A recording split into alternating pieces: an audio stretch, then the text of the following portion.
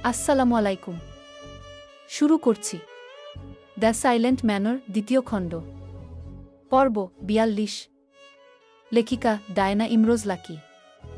রাত ১১টার দিকে আহির চৌধুরী নিবাসনের চৌহদ্দি পেরিয়ে অশ্ব নিয়ে ভেতরে ঢুকল। এত রাতে কেউ জেগে নেই বলেই ধারণা ছিল, কিন্তু তার ধারণা ভুল। ঘরের ঠিক নদশ হাত পেরিয়ে পশ্চিম দিকটায় আমজাদ চৌধুরী ছড়ি ঢুকে ঢুকে পায়চারি করছেন। এক হাত তার পেছনে, দৃষ্টি তার মাটিতে, চোখের ছাউনি আড়ালে যেন তার বিস্ময়ের ছাপ। আহিরের চোখে প্রথমেই সে আসল, এরপর অশ্বশালার দিকে এগিয়ে গেল। অশ্ব রেখে আমজাদ এর কাছে হাজির হয়।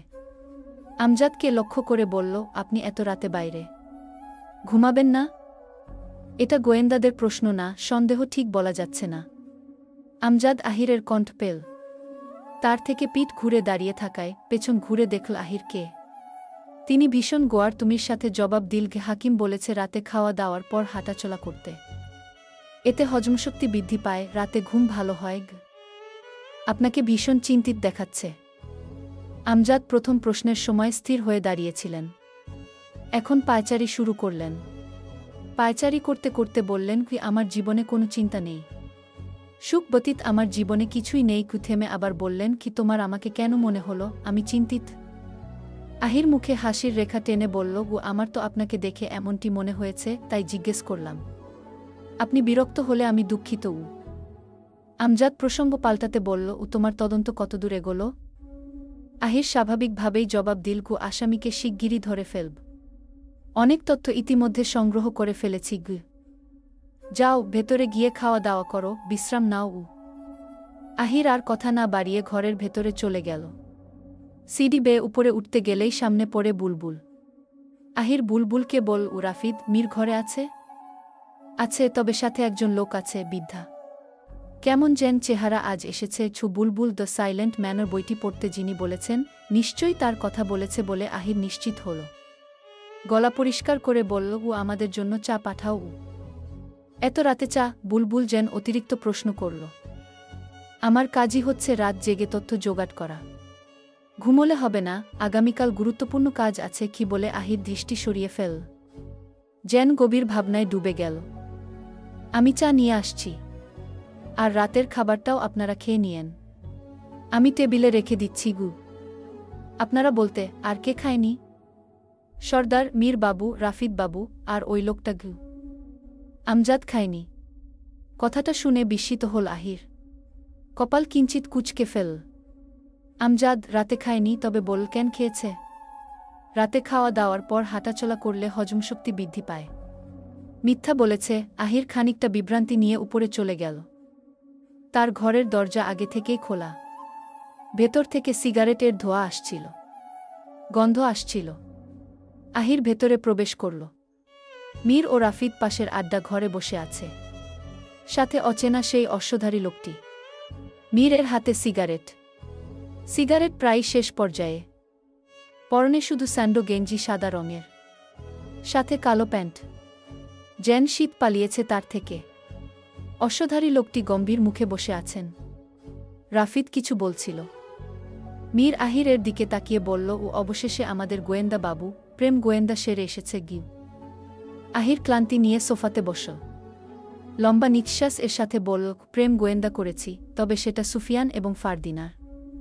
গৌরীদের বাড়ি গিয়ে ভালোই হয়েছে। ওর মা দ্য সাইলেন্ট ম্যানর বইটির লেখক সুফিয়ান হাজদারের সম্পর্কে জানে। তাদের শেষ পরিণতি, তালুকদার বংশের পতন কিভাবে হয়েছিল। একজন আছেন যিনি আমাদের সমস্ত ঘটনা বলতে পারবে বলে ওনার ধারণা। মীর এবং রাফিদ এ কথা শুনে একে অপরের সাথে চোখ আলাপ করল। অচেনা লোকটি চোখ তুলে এবার আহিরের দিকে তাকালেন। আহির এতক্ষণ পরে তার দিকে চাইল।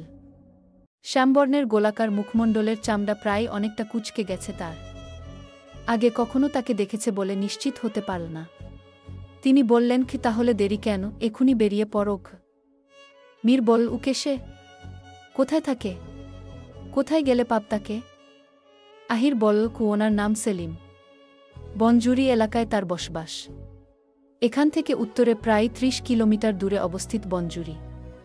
গৌরীর মা একজন হাকিম, এর উদ্দেশ্যে কিছু বছর আগে গেলে তার হদিস পান, এবং উনি সব জানেন বলে সে নিশ্চিত।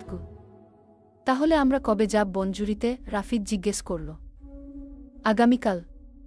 দেরি করে লাভ নেই বল আহির। মীর বল, সেটাই ভালো হবে।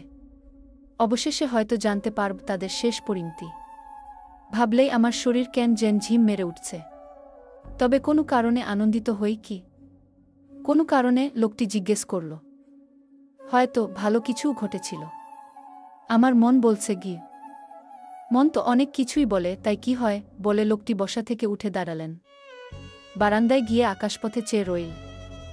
আহির তাকে লক্ষ্য করে বলল, আপনার নামটা বললে ভালো হতো, নয় আপনাকে কি বলে ডাক? পরে জানবে। আপাতত চাচা ডাকতে পারো গো। আহির আর কিছু বলল না। রাফিদ বলল, ও যত দ্রুত সম্ভব সুফিয়ান এবং ফারদিনার খোঁজ, এরপর মিলনকে যে অনাকাঙ্ক্ষিতভাবে খুন করেছে ওর খোঁজ। এই সমস্যাগুলো সমাধান হওয়ার পর মায়ের বিয়ের আয়োজন করতে হবে। একজন মাওলানা আসবেন আগামীকাল। বাবা তাকে সাথে নিয়ে ছেলে পক্ষের সাথে কথা বলবেন। বিয়ের দিনক্ষণ ঠিক করবেন কি? আহির বলল, তোরা হয়তো সংস্কার খুব ভালো মানিস কি? বাবা সংস্কার মেনে চলেন কি? রাফিদ কথাটি বলার পরক্ষণেই অচেনা লোকটি হালকা ঘাট তাদের দিকে ঘুরিয়ে নিচু স্বরে রহস্যময় হাসি দিল। সকালটা আজ নিস্তব্ধ, অথচ চৌধুরী বাড়ির নিস্তব্ধতায় আজ যেন এক ধরনের অস্থিরতা লুকিয়ে আছে। পূর্ব আকাশে সূর্যের আলো ধীরে ধীরে ছড়িয়ে পড়ছে। কড়িকাঠের ফাঁক দিয়ে সোনালি রেখা এসে উঠোনের মাটিতে পড়ছে। পাকা তিনতলা বাড়ির বারান্দা জুড়ে শিশির ভেজা বাতাসের গন্ধ মাটির সঙ্গে মিলেমিশে এক অপূর্ব স্নিগ্ধতা তৈরি করেছে। এই শান্ত সকালের মধ্যেও আজ যেন কিছু একটা অভাব, কিছু একটা ভার। উঠোনের মাঝখানের পুরনো গাছের ছায়া লম্বা হয়ে পড়েছে, আর সেই ছায়াতেই নীরবে বসে আছেন আমজাদ। তার গায়ে সাদামাটা পাঞ্জাবি, চোখ দুটি অন্যমনস্ক। সকালবেলা সাধারণত অনুচারীদের হাঁকডাক, রান্নাঘর থেকে হাড়ির শব্দ, গৃহস্থালির নিত্যচঞ্চলতা সবই থাকে। কিন্তু আজ সবকিছুই যেন বিষণ্ণ সুরে ঢেকে গেছে। আমজাদের মুখে কথা নেই। দৃষ্টি দূরের ফাঁকা আকাশে স্থির ছিল। যেন বহুদিনের কোনো গোপন যন্ত্রণা এই স্নিগ্ধ সকালে চেপে বসেছে। অনুচারীরা পাশ দিয়ে গেলেও কেউ সাহস করে জিজ্ঞেস করতে পারে না কি কারণে এমন উদাসী আজ সর্দার। হালকা বাতাস একবার বইতেই উঠোনের শামিয়ানা দুলে ওঠে, আর আমজাদের পাতান্ডা দৃষ্টি যেন একটি দীর্ঘশ্বাস হয়ে ভেসে যায়। বাড়ির প্রতিটি প্রান্তে আজ তার এই অজানা উদ্বেগের ছায়া পড়েছে, তা কেউ না জানলেও শালুকও অনুভব করছে এই সকাল অন্য দিনের মতো নয়। গতকাল নাম না জানা অচেনা ব্যক্তির সাথে দেখা হয়েছিল আমজাদের। মীর এবং রাফিদ পরিচয় করিয়ে দিয়েছিল তার সাথে। বলেছিল দ্য সাইলেন্ট ম্যানর বইটির সেই ঘটনা ঘিরে তার সাথে পরিচয়। আমজাদ আগে থেকেই গল্প, উপন্যাসের কাহিনী বিশ্বাস করেন না। গতকাল এ বিষয়ে এড়িয়ে গিয়ে বলেন, কি তোরা বাচ্চামি করছিস কর, এসবে আমার জরাস না গিয়ে। এরপর লোকটির সাথে আর কথা হয়নি। লোকটি দাঁড়িয়ে আছেন বাগানের একটি ফল গাছের সামনে। লক্ষ্য গাছের দিকে থাকলেও ভাবনা অন্য কিছু। আমজাদ এমনটি ভাবছেন। আমজাদের সামনে বেতের চেয়ার, এক কাপ চা রাখা। খাচ্ছেন না। শালুক দরজার সামনে এসে কবার করে দেখে গেছেন আমজাদকে। তাকে উদ্বিগ্ন দেখে শালুক চিন্তিত হল। তিনি পুনরায় এসে দাঁড়িয়ে আছে সদর দরজার সামনে। দরজার চাপ থেকে দেখছেন আমজাদকে। কেউ হঠাৎ করে চুপচাপ হয়ে গেলে অবশ্যই তাকে জিজ্ঞেস করা উচিত, কি হয়েছে? শালুক জিজ্ঞেস করবেন ভেবে আমজাদ এর দিকে এগিয়ে আসেন। তার বা পাশে দাঁড়িয়ে আদবের সাথে বললেন, কি শুনছেন? আমজাদ শালুক এর প্রথম ডাকেই দৃষ্টি ঘুরালেন। তার দিকে তাকালেন। বললেন, ও কিছু বলবে? গতকাল থেকে দেখছি আপনি হঠাৎ চুপচাপ হয়ে আছেন। কিছু হয়েছে? মিলনকে নিয়ে ভাবছেন না তো? যা হওয়ার হয়েছে, মিলন এর মৃত্যু হয়তো ওভাবে লেখা ছিল, অন্যর হাতে। তবে খুনি যেই হোক, ওকে শিগগিরই আহির শনাক্ত করে ফেলবে। আমাদের কারখানার যতটুকু দুর্নাম ছড়িয়েছে, সুনাম আবার ফিরে আসবে। আমজাদের কোনো জবাবের আশা যেন শালুক করলেন না। নিজে প্রশ্ন করে নিজেই জবাব দিলেন। আমজাদ শালুক এর দিকে কটমট চোখে তাকালেন। শালুক দৃষ্টি নত করে ফেল। আমজাদ বললেন, কি মহিলাদের বুদ্ধি বেশি? অকাজের বুদ্ধি। আমি যা ভাবছি শেষবের সাথে তোমার ভাবনার কোনো অংশ মিলেনি গি। তাহলে বলুন, কি হয়েছে আপনার? আপনাকে চিন্তিত দেখতে ভালো লাগে না, বলুন দয়া করে। শালুক করুণ কণ্ঠে যেন অনুরোধ করল। আমজাদ এবার বিপাকে পড়ল। শালুক তার দিকে এগিয়ে এল। আমজাদ এর কাঁধে হাত রাখল। আমজাদ হঠাৎ শালুক এর স্পর্শ পেয়ে চমকে উঠলেন। নিবিড় কণ্ঠে বললেন, কু পাশে বসো। শালুক বসলেন বেশ আগ্রহ নিয়ে। সে আমজাদের চিন্তার কারণ জানার জন্য যেন ব্যাকুল হলেন। আমজাদ বললেন, কু আমি গত কদিন ধরে বাজে স্বপ্ন দেখছি বলে মুখের অভিব্যক্তি অন্ধকার বানিয়ে ফেললেন। কি দেখেছেন? আমি দেখলাম মায়া বিয়ের বেনারসির বদলে বিধবা শাড়ি পরেছে। আমজাদ এর মুখে কথাটি শুনে শালুক আতঙ্ক চোখে হকচকিয়ে উঠলেন। বললেন, কি তুমি বিশ্বাস করবে কিনা জানি না, আমিও গতরাতে একই স্বপ্ন দেখেছি। তখন থেকেই মনটা বিষিয়ে আছে গি। আমজাদ নিজের অভিব্যক্তি পুনরায় পাল্টালেন। শালুককে চিন্তিত দেখতে তারও ভাল লাগে না। তাকে সান্ত্বনা দিয়ে বললেন, কি শোনো, আজ মায়ের বিয়ে নিয়ে মাওলানা গিয়াস উদ্দিন হাফিজ এর সাথে আলোচনা করব। তাকে স্বপ্নের বিষয়টি জানাব। উনি আশা করি স্বপ্নের ব্যাখ্যা দিবেন, আর ভালো কিছু হবে। শালুক আর কিছু বললেন না, চোখ ক্লান্ত করে মাটিতে চাইলেন। বনজুরি গ্রাম নিস্তব্ধ। দুপুর গড়িয়ে বিকেলের আলো নামতে শুরু করেছে, কিন্তু কোথাও কোনো হইচই নেই। বাতাস যেন থমকে আছে, তালগাছের পাতা নড়ে না, দূরের বাঁশবাগানের ভেতরেও কোনো শব্দ নেই। মাঝে সাঝে বনের গভীর থেকে ভেসে আসে এক অচেনা পাখির ডাক। মাটির পথটা ফাঁকা, ধুলো চুপচাপ পড়ে আছে। মাটির ঘরগুলো দরজা আধখোলা রেখে যেন নিঃশ্বাস আটকে অপেক্ষা করছে কিসের যেন। ছোট নদীর ধারে জলের উপর সোনালি আলো পড়ে আছে, পানির ঢেউও অদ্ভুতভাবে স্থির। গ্রামের মানুষ কেউ বাইরে নেই, কেউ মাঠে, কেউ উঠোনে, কিন্তু সবাই যেন এক অজানা নীরবতাকে সম্মান জানিয়ে গলা নামিয়ে রেখেছে। বাতাসের মধ্যে হালকা ভেজা গন্ধ, আর নিস্তব্ধতার ভেতর দিয়ে মনে হয় বনজুরি কোনো গোপন কথা লুকিয়ে রেখেছে। আজ সেই গোপন খোলসা যেন খুলে যাবে। দীর্ঘ সময়ের ব্যবধানে আহির, মীর এবং রাফিদ বনজুরি মরুভূমির মতো পথ পাড়ি দিয়ে পৌঁছেছে। আজ যেন যেভাবে হোক তাদের তালুকদার বংশের পতনের মূল কারণ সুফিয়ান ফারদিনার শেষ পরিণতি জানতেই হবে। চারদিক বেশ নিস্তব্ধ, সুনসান।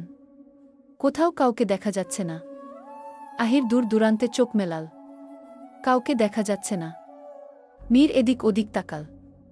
রাফিদ তখন হঠাৎ পেছনের দিকে তাকাল। একজন বয়সী মহিলা আসছেন, হাতে বাজারের ব্যাগ। খুব দ্রুত পায়ে হেঁটে বোধহয় বাড়ি ফিরছেন। রাফিদ বলল, কেউ আসছে এইদিকে। আহির অশ্বের পৃষ্ঠা থেকে নেমে দাঁড়াল। অচেনা মহিলাটির সম্মুখে দাঁড়ায়। প্রথম একটি শব্দে তাকে দাঁড় করিয়ে দিল। খালা। উনি দাঁড়িয়ে পড়লেন। তিনজন অশ্বধারীকে দেখে প্রথমত অদ্ভুত রকম ভয় পেলেন। বনজুরি গ্রামে অশ্বধারীদের দেখে অবাক হলেন। এ গ্রামে অশ্বচালক কেউ নেই। উনি বললেন, কি তোমরা কারা? এই গ্রামে নতুন মনে হইতেছে। আহির এবং মীর একে অপরের দিকে তাকিয়ে আহির বলল, আচ্ছা খালা, এই গ্রামে সেলিম নামে কেউ আছেন? মহিলাটি ভাবলেন বেশ কিছুক্ষণ। এরপর নীরব কণ্ঠে জবাব দিলেন, আছে একজন। কেন? ওনার সাথে আমাদের গুরুত্বপূর্ণ কাজ আছে। কি বল মীর? মহিলাটি এবার ভাবলেশহীনভাবে বললেন, কি তোমাদের কি কোনো সমস্যা আছে? সমস্যা মানে? রাফিদ ওনার দিকে একটু এগিয়ে গেল। কারণ উনি তো একজন পণ্ডিত আছিল গু। বাক্যটি শুনে পুনরায় তারা চাওয়াচাওয়ি করল। আহির ওনার রেশ টেনে মিথ্যা বলল, হ্যাঁ ঠিক ধরেছেন, সমস্যা আছে আমার বন্ধুর বলে রাফিদকে লক্ষ্য করে দেখাল। রাফিদ দু কোমরে হাত দিয়ে কিছু বলতে চাইল, আবার থেমে গেল। কোথায় পাওয়া যাবে তাকে? মীর জিজ্ঞেস করল। আমার লাগে আহছে বলে হাঁটা শুরু করলেন তিনি। তারা তিনজনও ওনাকে অনুসরণ করে অশ্ব নিয়ে ধীর গতিতে চলতে লাগল। সেলিমের বাড়িতে তারা উপস্থিত হয়। মাটির সাথসাথে ঘর, দুটো গরু বাঁধা ঘরের সামনে। ঘরটির পেছনের দিক থেকে ধোঁয়া উঠছে, সিদ্ধ ভাতের গন্ধ ভেসে আসছে। সন্ধ্যার পরপর সময়টাতে রান্নার বিষয়টি অস্বাভাবিক হলেও কেউ সারাদিনের কাজে ব্যস্ত থাকলে সন্ধ্যা অথবা রাত তার জন্য উপযুক্ত সময়। অচেনা মহিলাটি সামনের দিকের ঘরটি দেখিয়ে বললেন, সেলিম ভাই ঘরেই আছেন কি? বলে সরু কণ্ঠে ডাকলেন, সেলিম ভাই, আপনার কাছে ভিনদেশ থেইকা লোক আইছে, বাইরে আহেন গু। সবাই অপেক্ষা করছে। ঘর থেকে সেলিমের বের হওয়ার অপেক্ষায়। অচেনা মহিলাটি বললেন, কি তোমরা অপেক্ষা করো, উনি হয়তো কাম করতেছে, অহনি আইব বলে তিনি চলে যান তার পথে। ঘর থেকে এখন পর্যন্ত কেউ বের হয়নি। অন্যদিকে সন্ধ্যার উল্কিতর আধারে চারদিক কিছুটা ঝাপসা, খানিকটা কুয়াশায় পরিপূর্ণ হয়ে যাচ্ছে। সাথে শৈত্যপ্রবাহ বেড়ে যাচ্ছে। বনজুরি গ্রামে শীত তাণ্ডব বরাবরই তীব্র। তাৎক্ষণিক গরুর গলা থেকে ঘণ্টার টুংটাং শব্দ আসল। শব্দ পেয়ে ঘর থেকে একজন বৃদ্ধা বেরিয়ে আসলেন। লণ্ঠনের আলো চোখ দুটো লাল টকটকে দেখাচ্ছে। চামড়া ঝুলে গেছে, মাথাসহ পুরো শরীর চাদরে ঢাকা। ওনার চোখ পড়ল মীরের দিকে। তার গলার রত্নখচিত পেন্ডেন্ট লকেটটি লণ্ঠনের আলো চিকচিক করছে। ঘুরে ঘুরে তাদের তিনজন এর দিকে তাকালেন। এরপর লণ্ঠন হাতে চলে গেলেন গরুর দিকে। কিছু খড়, জল ওদের ঠিকঠাক করে খেতে দিল। বিটবিট করে কিছু বলছিল, যা আহিরতাদের কানে আসল না। সেলিমের আচরণ অদ্ভুত মনে হল। সেলিম গরুর ঘর থেকে বেরিয়ে আহিরদের ভ্রুক্ষেপ না করেই ঘরের ভেতরে চলে যেতে চাইল। আহির তাকে লক্ষ্য করে বলল, শুনুন চাচা, আপনার সাথেই দেখা করতে আসছিলাম। আমাদের দেখেও না দেখার ভান ধরে চলে যাচ্ছেন। সেলিম থম মেরে দাঁড়িয়ে পড়ল। চোখ তুলে শুধু ঘাড় ও মাথা ঘুরিয়ে তাকালেন তাদের দিকে। তিনটি মুখ তার কাছে যেন ভয়াবহ মনে হচ্ছে। তাদের গ্রাহ্য না করে ঘরের ভেতরে প্রবেশ করতেই আহির এগিয়ে গেল ওনার সদর দরজার সামনে। দরজায় হাত দিয়ে আহির কিছুটা রেগে বলল, আপনি কি আমাদের কথা শুনছেন না, নাকি এড়িয়ে যাচ্ছেন? সেলিম বললেন, কি চাই তোমাদের? কি চাই সেটা শুনতে হলে নিশ্চয়ই আপনাকে আমাদের সাথে স্থির হয়ে কথা বলা দরকার। আহির বল ক্ষিপ্ত কণ্ঠে। সেলিম চোখগুলো বড় করে আহিরের দিকে চেয়ে বলো আমি শুনছি। ও সেলিম উদ্ভ্রান্ত কণ্ঠে বলল, আমরা রশিদ তালুকদার এর বংশ নিয়ে কথা বলতে চাই। সুফিয়ান ফারদিনার কি হয়েছিল সেই নিয়ে কথা বলতে চাই। আমরা সংবাদ পেয়ে এসেছি আপনি এই বিষয়ে সব জানেন, তাই কিছু না লুকিয়ে সবটা বলুন। সেলিম এর হাতটি হঠাৎ করে কেঁপে উঠল। লণ্ঠন নড়ছে অস্বাভাবিকভাবে, সাথে চোখ দুটো মার্বেল এর মতো বড় হয়ে গেছে। আহির দরজা থেকে হাত সরিয়ে ফেল। মীর এবং রাফিদ ঘরের বারান্দায় এসে দাঁড়াল। সেলিমকে কাঁপতে দেখে মীর বলল, আপনি ঠিক আছেন? সেলিম কোনো কথা না বলে শান্ত হল। নিজেকে সামলে বললেন, কি ভেতরে এসে বসক। সেলিমের চুলায় ভাত ছিল, প্রায় ভাত পরিপূর্ণ সিদ্ধ হয়েছে। ভাতটা তোলার কথা বলে রান্নাঘরে আসল। আহির আড়ালে নজর রাখল ওনার উপর। যদি পালিয়ে যায়? কাউকে প্রমাণ ব্যতীত কোনো কিছুর জন্য মিথ্যা দোষ দেয়া, সন্দেহ করা মোটেই উচিত নয়। কিন্তু একজন ডিটেকটিভ এর মন এখন সর্বদা সন্দেহে ভরপুর থাকে যে। সেলিম ভাত তুলে কাপা কাপা শরীরে ঘরের ভেতরে এসে বসলেন। পিড়িতে আহির, মীর, রাফিদ একটা পার্টিতে বসে আছে। আহির বলল, এবার বলুন, কি হয়েছিল সেদিন? তালুকদার বংশের পতনের কারণ? সুফিয়ান কোথায়? তার লেখা দ্য সাইলেন্ট ম্যানর বইটি অসম্পূর্ণ কেন? ফারদিনা সত্যটা যাচাই না করেই চলে গিয়েছিল কেন? আহির সব প্রশ্নের ঝামেলা যেন একসাথে শেষ করতে চাই। সেলিমের চোখে অজস্র জল ভেসে উঠেছে। লণ্ঠনের আলো চোখগুলো চিকচিক করছে। স্পষ্টভাবে সেই জল ফুটে উঠেছে। মীর বল, আপনি কাঁদছেন কেন? ওই কথা যার মনে পড়ে সেই কাঁদে। তোমরা জানলে তোমরাও কাঁদবে গু। কি হয়েছিল বলুন? রাফিদ তারা দিল। ফারদিনা পালিয়ে যায়নি বললেন সেলিম। তাহলে কোথায় ছিল? বল আহির। লণ্ঠনের সোনালি আলো অতীতের সেই ঘটনা যেন ভেসে উঠল সেলিমের কণ্ঠের সাথে তাদের সামনে। সুফিয়ান লেখা থামিয়ে সেই কখন থেকেই পাগলের মতন সিগারেট টানছে বারান্দায় বসে।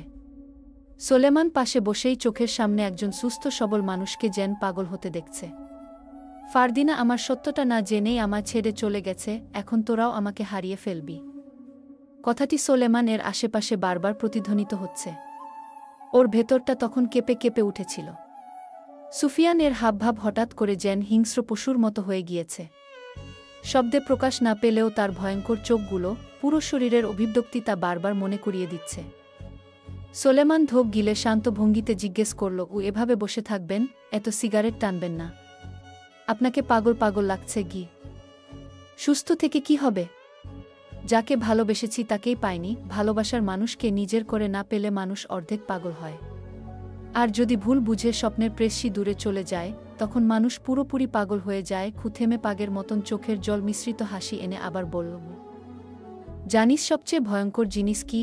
যখন নিজের চিৎকারও নিজের কানে পৌঁছায় না, তখন মনে হয় বহু আগেই মরে গেছি, শুধু দেহটা এখন পড়ে আছে। কি বলে কেঁদে উঠল সুফিয়ান। সোলেমান সান্ত্বনা স্বরূপ বলল, এভাবে কাঁদবেন না। আপনার মতো শক্তপোক্ত মানুষটা এভাবে দুর্বল হয়ে একজন নারীর জন্য কান্নাকাটি করছে, মানা যায় না। শান্ত হন গু। শান্ত নদীর মতোই শান্ত ছিলাম। আজ ফারদিনা আমাকে উত্তাল করে রেখে গেছে গি।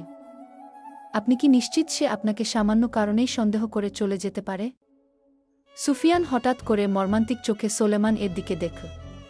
সোলেমান আবার বলল, জাহাজ বন্ধ, তাহলে আপনি তার ভাইদের কথা মেনে নিয়ে নিজেকে ঠুকরে ঠুকরে মারছেন কেন? সত্যটা আমরা যাচাই করতে পারি। কোন সত্য? সুফিয়ান যেন অবুঝের মতো প্রশ্ন করল। আমার মনে হয় সে অভিমান করে ঘরের মধ্যে ঘাপটি মেরে বসে আছে। চলুন আমরা কৌশলে খুঁজে দেখি। সুফিয়ান সোলেমানের কথাটা মেনে নিল। সে এবার গভীর ভাবনায় ডুবে গেল।